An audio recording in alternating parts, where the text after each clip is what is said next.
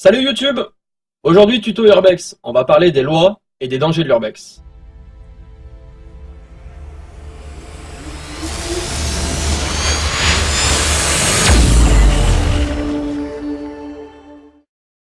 Alors premièrement, chose à savoir, un lieu abandonné appartient forcément à quelqu'un. Et oui, un lieu abandonné, ça appartient soit à une personne privée, soit à la commune, donc à l'État. Mais il n'est en aucun cas abandonné, il ne peut pas appartenir à personne. Sachez qu'en entrant dans ce lieu, vous allez enfreindre la loi. Une loi qui s'appelle article 322-1 du code pénal, qui s'intitule « La destruction, la dégradation ou la détérioration d'un bien appartenant à autrui est punie de 2 ans d'emprisonnement et de 30 000 € d'amende, sauf s'il n'en est résulté qu'un dommage léger. » Le fait de tracer des inscriptions, des signes ou des dessins sans autorisation préalable sur les façades, les véhicules, les voies publiques ou le mobilier urbain est puni de 3 750 € d'amende et d'une peine de travail d'intérêt général lorsqu'il n'en est résulté qu'un dommage léger.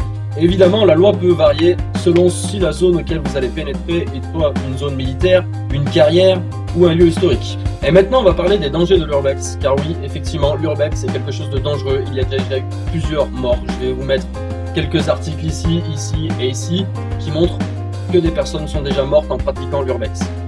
Alors déjà, premier beau conseil que je peux vous donner, c'est prenez une bonne paire de godasses, car effectivement, c'est facile de se faire une cheville. Donc prenez une paire de chaussures bien montante, de préférence coquée, parce qu'on peut se faire aussi mal sur les pointes de pied. Donc je vous conseille une paire d'Angers, ça coûte que dalle et ça maintient super bien une cheville.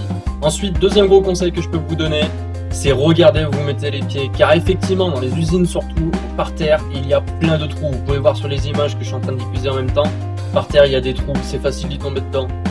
Et je vous en supplie, quand vous voyez une planche par terre, ne marchez pas sur cette planche parce que ça se trouve cette planche elle était là pour couvrir ce trou, pour éviter qu'on tombe dans ce trou.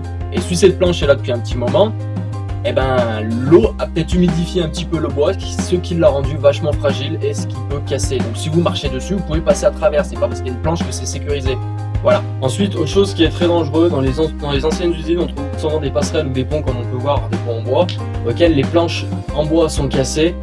Mais ça peut être aussi de la tôle, du bardage qui peut être ici à la place des planches en bois, comme on peut voir ici.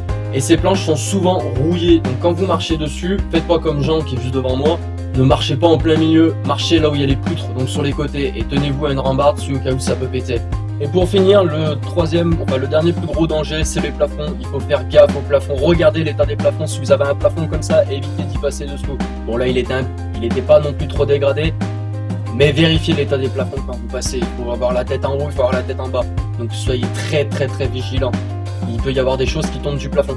Et le dernier exemple que je peux vous donner sur ces images, on voit que le plafond ou le sol, ça dépend si vous vous trouvez, il est cassé quoi. Donc n'allez pas vous amuser à marcher dessus ou à passer dessous. Ça peut très bien vous tomber dessus, comme vous pouvez très bien passer à travers. Donc voilà, sur ce, maintenant vous ne pourrez pas dire que vous n'avez pas été prévenu, vous connaissez maintenant les lois et les dangers de l'Urbex. Si vous avez aimé cette vidéo, vous pouvez laisser un petit pouce en l'air, ça fait toujours plaisir, ça nous encourage à continuer. Vous pouvez aussi retrouver nos autres vidéos juste en dessous ici. Abonnez-vous si vous aimez ce contenu, ça continuera, il y aura d'autres tutos. Allez, je vous dis à plus.